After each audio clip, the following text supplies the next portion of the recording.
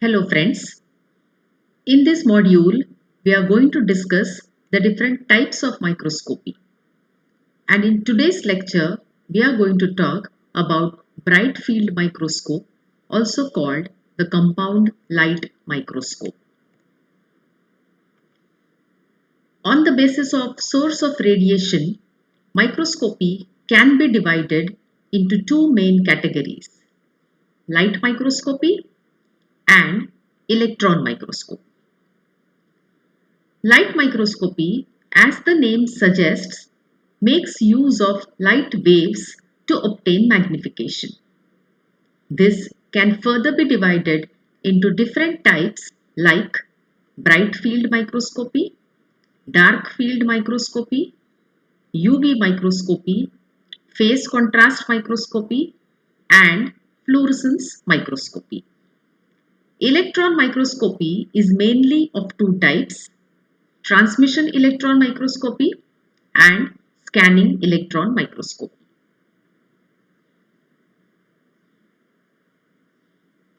As I said, in this lecture we are going to talk about the bright field microscope, also called the compound light microscope, which you must be using in your college laboratory. In this discussion today, we will include the definition, the principle, parts and functions of the bright field microscope. This will include a detailed study of objective lenses, oculars or eyepieces, and condensers. We will also discuss the lens aberrations. Our discussion will also include the applications of compound light microscope, the advantages of light microscope, and the disadvantages of the compound light microscope. So, beginning with our discussion on bright field microscope. Bright field microscope is so called because it produces a bright background against which a dark colored image of the object is formed. In this type of microscopy, the microscopic field is brightly lit up, as you can see, and the specimen to be observed appears dark because it absorbs light.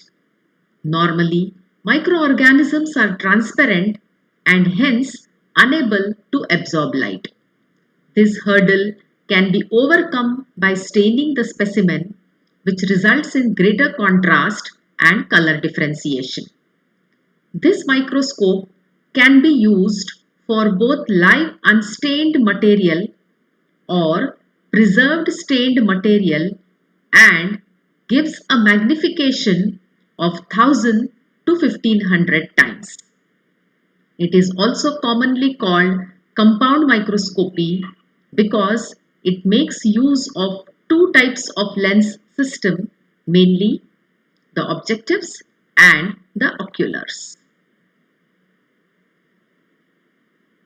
Coming to the parts of a compound microscope.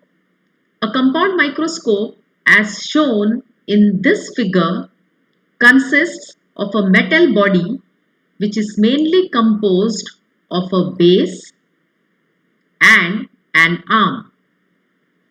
All the other parts are attached to base and arm. The light source can be a mirror if we are making use of the sunlight, or can be an artificial illuminator. Either of it is placed at the base. There is a light switch and a knob to adjust the brightness. Two focusing knobs, the fine and coarse adjustment knobs, are located on the arm and can be used to move the stage or the nosepiece to focus the image. Their function is to ensure the production of a sharp image with clarity. Approximately halfway up the arm is the stage, which holds the microscope slides with stage clips. The stage control knobs permit the operator to move a slide while viewing it. Beneath the stage is a sub-stage condenser which focuses a cone of light on the specimen slide. Diaphragm is placed below the condenser. It has two main functions, mainly regulation of passage of light and elimination of undesirable peripheral rays from the light source. When the condenser is almost closed, the light comes through to the center of the condenser, creating high contrast, and when the condenser is widely open, the image is very bright with very low contrast. Aperture is the hole in the stage through which the base light reaches the stage. The curved upper part of the arm holds the head to which are attached the eyepieces or oculars. Advanced microscopes have eyepieces for both the eyes and are called binocular microscopes. The eyepiece has a diopter adjustment useful as a means to change focus on one eyepiece so as to correct for any difference in vision between your two eyes. To the arm is attached the nosepiece, and to this nosepiece are attached objectives of varying power which can be rotated to position under the body assembly.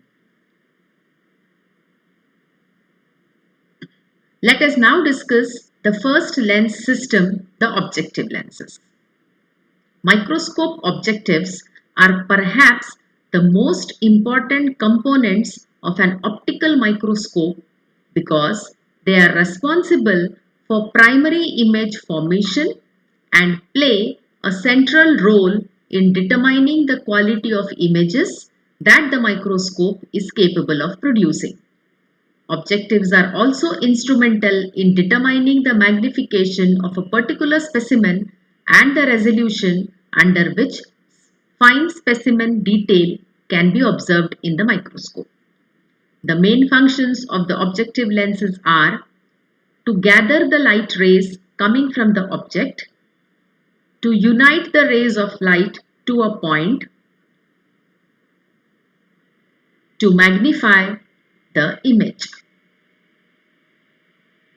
Three critical characteristics of the objective set the ultimate resolution limit of the microscope. These include the wavelength of light used to illuminate the specimen, the angular aperture of the light cone captured by the objective, and the refractive index of the medium in the space between the objective front lens and the specimen. On the basis of magnification produced, the objectives are available as 10x called the low power objective, 40x called the high power objective, and 100x called the oil immersion objective. The optical construction of objectives for routine work is shown in this figure. Good image quality objective lenses require from 4 to 6 lenses of different shapes and kinds of glass, all of them small to tiny, perfectly ground, polished, coated, cemented and centered together. All lens systems have aberrations to a greater or lesser extent, as a result of which blurred images are obtained. Why must these aberrations be caused? The answer to it is simple. The lens systems are made up of lenses having spherical surfaces, and such surfaces do not form perfect images. Also, there are variations in the refractive indices of the wide range of frequencies found in visible light. There are 6 different types of aberrations which work against obtaining a perfect image through the periphery of the lens. These aberrations are chromatic aberrations, spherical aberrations, curvature of field, chromatic aberrations, astigmatism aberrations, geometric distortions. Let us discuss the first aberrations, chromatic aberrations. This type of optical defect is a result of the fact that white light is composed of numerous wavelengths. When white light passes through a convex lens, the component wavelengths are refracted according to their frequency. Blue light is refracted to the greatest extent, followed by green, and red light is refracted the least. This phenomena is commonly referred to as dispersion. The inability of the lens to bring all of the colors into a common focus results in a slightly different image size and focal point for each predominant wavelength group. This leads to color fringes surrounding the image, as you can see in this picture. The figure shows the dispersion of white light into red waves, which are refracted less, and violet waves or blue waves, which are refracted more, resulting in two different focal points, as you can see in this figure. Most of the objectives are corrected for aberrations. Lens corrections were first attempted in the latter part of the 18th century when Dollond, Lister and others devised ways to reduce longitudinal chromatic aberration. They combined crown glass and flint glass and succeeded in bringing the violet rays and the red rays to a common focus near but not identical with the green rays. This combination is termed a lens doublet, where each lens has a different refractive index and dispersive properties. Lens doublets are also known as achromatic lenses or achromats for short, derived from the Greek terms a meaning without and chroma meaning color. This is the most widely used objective lens and is commonly found on laboratory microscopes. If fluorspar is introduced into the glass formulation used to fabricate the lens, then the three colors red, green and blue can be brought into a single focal point, resulting in a negligible amount of chromatic aberration. These lenses are known as apochromatic lenses and they are used to build very high quality chromatic aberration free microscope objectives. Even if corrected for chromatic aberration, apochromat objectives exhibit another chromatic defect. Though all three main colors are brought to identical focal planes axially, the point images of details near the periphery of the field of view are not of the same size. That is, the blue image of a detail is slightly larger than the green image or the red image in white light, thus causing color ringing of specimen details at the outer regions of the field of view.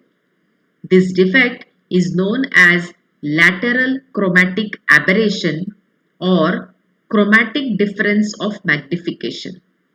It is the compensating eyepiece with chromatic difference of magnification just the opposite of that of objective, which is utilized to correct for lateral chromatic aberrations. The next type of aberrations are spherical aberrations. In the case of spherical lenses, waves passing near the center of the lens are refracted only slightly, whereas waves passing near the periphery are refracted to a greater degree, giving rise to different focal points along the optical axis as shown in this picture. As a result, the image of the specimen is spread out rather than being in sharp focus. As far as resolution of the lens is concerned, spherical aberrations are very important because they affect the coincident imaging of points along the optical axis and degrade the performance of the lens. This results in decrease in sharpness and clarity of the image. These lens defects can be reduced by using lenses with different curvature on their surfaces, by limiting the outer edges of the lens from exposure to light using diaphragms, and also by utilizing a spherical lens surface within the system. The next lens aberration is curvature of field. Curvature of field in optical microscopy is a common and annoying aberration that is familiar to most experienced microscopists. This artifact is the natural result of using lenses that have curved surfaces. When visible light is focused through a curved lens, the image plane produced by the lens will be curved.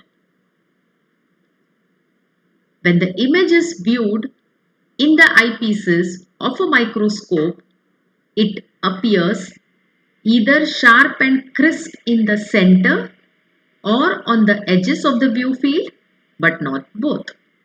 Normally, this is not a serious problem when the microscopist is routinely scanning samples to observe their various features.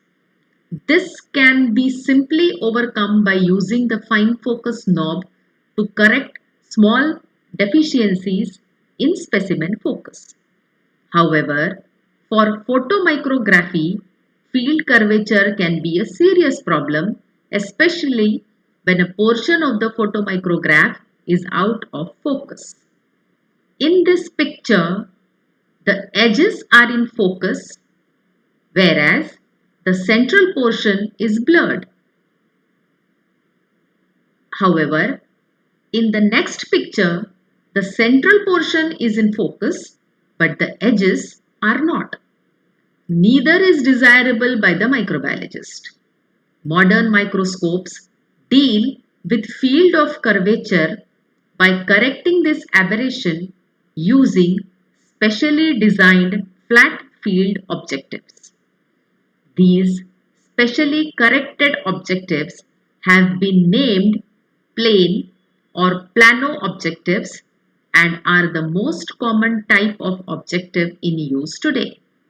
The image with such an objective would be like this, where the central as well as the edges are in complete focus and the image is very clear. Yet another type of aberrations are chromatic aberrations, also called simply coma. These are similar to spherical aberrations. Here, the image of a point is asymmetrical, resulting in a comet-like shape. The comet shape may have its tail pointing towards the center of the field of view or away, depending upon whether the chromatic aberration has a positive or negative value. Coma may occur near the axial area of the light path or the more peripheral area. These aberrations are usually corrected along with spherical aberrations by designing lens elements of various shapes. The next type of aberrations are called astigmatism aberrations. These are similar to chromatic aberrations. This defect is found at the outer portions of the field of view of uncorrected lenses. The off-axis image of a specimen point appears as a line instead of a point. What is more, depending on the angle of the off-axis rays entering the lens, the line image may be oriented in either of two different directions, tangentially or radially. Astigmatism errors are usually corrected by designing appropriate lens shapes and indices of refraction. The correction of astigmatism is often accomplished along with the correction of field of curvature aberrations. The last type of aberrations that we are going to discuss are geometric distortions. Distortion is an aberration commonly seen in stereoscopic microscopy, which is manifested by changes in the shape of an image rather than the sharpness or color spectrum. The two most prevalent types of distortion are pincushion and barrel. Pincushion effect is produced in plus lens where central rays are less magnified and corners of the square object are more magnified. Barrel distortion is produced in negative lens where central rays are more magnified than the corners. The true geometry of an object is no longer maintained in the image as can be seen in the picture. Let us now discuss about the ocular lenses or eyepieces. They are the second important lens system of the microscope. The main functions of the oculars are: it magnifies the image of the object as formed by the objective, and it also corrects some of the defects of the objective lenses. The eyepieces are available with various magnifications like 5x, 10x and 15x. There are two major types of eyepieces that are grouped according to the lens and diaphragm arrangement. The negative eyepieces with an internal diaphragm between the lenses, and positive eyepieces that have a diaphragm below the lenses of the eyepiece. Negative eyepieces are also known as Hygenian eyepiece and have two lenses. The upper lens, which is closest to the observer's eye, is called the eye lens or magnifier, and the lower lens beneath the diaphragm is often termed the field lens, as can be seen in the picture. In their simplest form, both lenses are plano-convex with the convex sides facing the specimen as shown in the figure. The other main type of eyepiece is the positive eyepiece with a diaphragm below its lenses, commonly known as Ramsden eyepiece. This eyepiece has an eye lens and field lens that are also plano-convex, but the field lens is mounted with the curved surface facing towards the eye lens, as can be seen in this picture. The third type of eyepiece is the compensating eyepiece. These may be either of the positive or negative type and must be used at all magnifications with fluorite, apochromatic and all variations of plane objectives. These eyepieces play a crucial role in helping to eliminate residual lateral chromatic aberrations inherent in the design of highly corrected objectives. The most advanced eyepieces are the periplan eyepiece, which contains 7 lens elements that are cemented into a doublet or triplet and 2 individual lenses. Design improvements in periplan eyepieces lead to better correction for residual lateral chromatic aberration, increased flatness of field, and a general overall better performance when used with higher power objectives. Let us now discuss about the condensers. A condenser is a series of lenses which illuminate the object on the stage. It is located under the stage between the mirror and the object. It gathers light from the microscope light source and concentrates it into a cone of light that illuminates the specimen with parallel beams of uniform intensity over the entire view field. It is critical that the condenser light cone be properly adjusted to optimize the intensity and angle of light entering the objective front lens. Each time an objective is changed, a corresponding adjustment must be performed on the substage condenser aperture iris diaphragm to provide the proper light cone for the numerical aperture of the new objective. Light from microscope illumination source passes through the aperture or condenser diaphragm located at the base of the condenser and is concentrated by internal lens elements which then project light through the specimen in parallel bundles. The size and numerical aperture of the light cone is determined by adjustment of the aperture diaphragm. Appropriate use of the adjustable aperture iris diaphragm is most important in securing correct illumination, contrast and depth of field.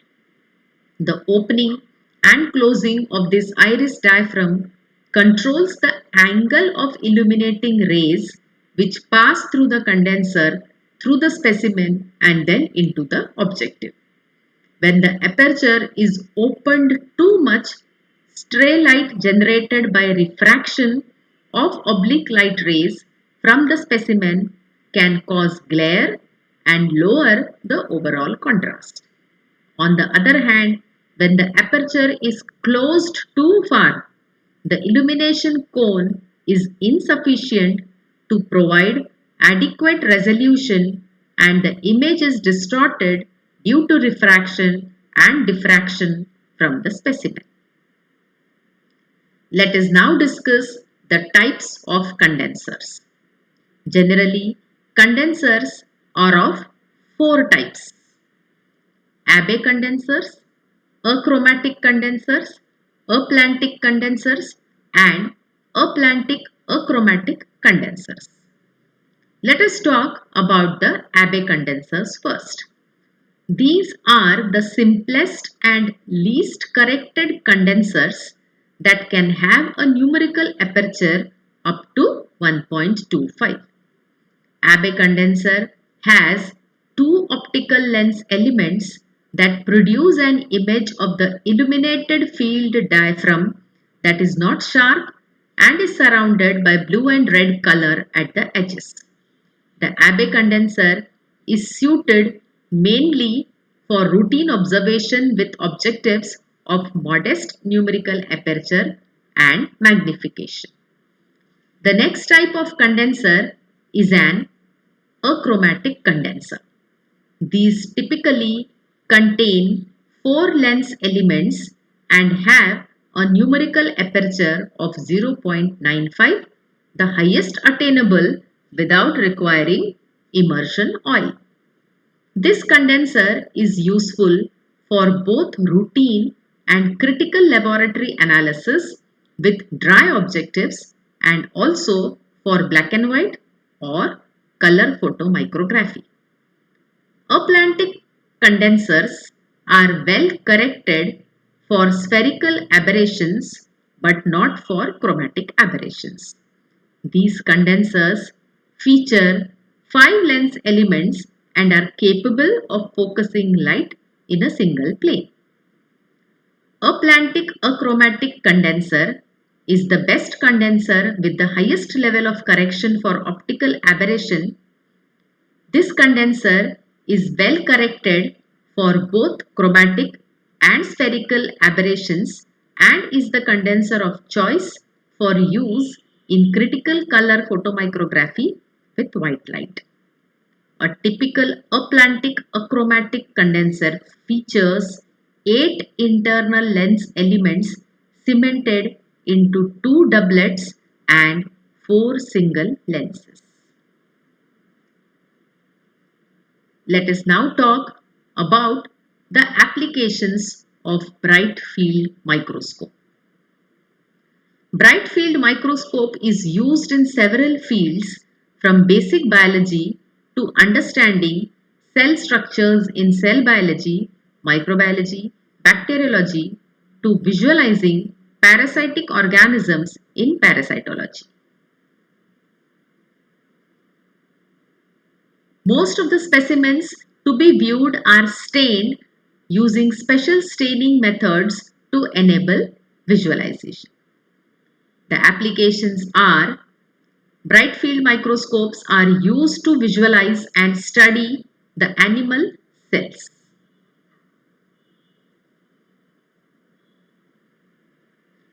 Because it is a simple method, this is the first type of microscopy students learn in school. It is used to visualize and study the morphologies of bacterial cells. Shape and arrangement of bacteria can easily be examined using compound microscope. It is used to detect the presence of bacterial flagella using stained cells. It can be used to identify parasitic protozoans such as paramecium. The bright field microscope can be used to also characterize chemicals, minerals, natural and artificial fibers in textiles, food microorganisms, and cells and tissues in higher organisms. Bright field microscopy has long been used to furnish strong evidence in criminal trials. Typically, hair and fibers are identified using a light microscope. There are several advantages of bright field or compound microscope. First of all, it is simple to use with few adjustments involved while viewing the image. It can be used to view both stained and unstained specimens. The optics of the microscope do not alter the color of the specimen. The microscope can be adjusted and modified for better viewing, such as installing a camera to form a digital microscope. The bright field microscope is easy for maintenance and it is not very expensive. However, there are a few disadvantages or limitations to bright field microscope. It is difficult to view live specimens such as bacterial cells using bright field microscopy. Only fixed specimens can be viewed under the bright field microscope. It has low contrast, hence most specimens must be stained for them to be visualized. Staining may distort the morphology of the specimen. It is tedious to stain the specimen before visualizing it under the bright field microscope. Maximum magnification of the bright field microscope is 1000 times, which is the optimum magnification of bacterial cells. Use of immersion objective may distort the image. The microscope needs a strong light source for magnification, and sometimes the light source may produce a lot of heat which may damage or kill the specimen.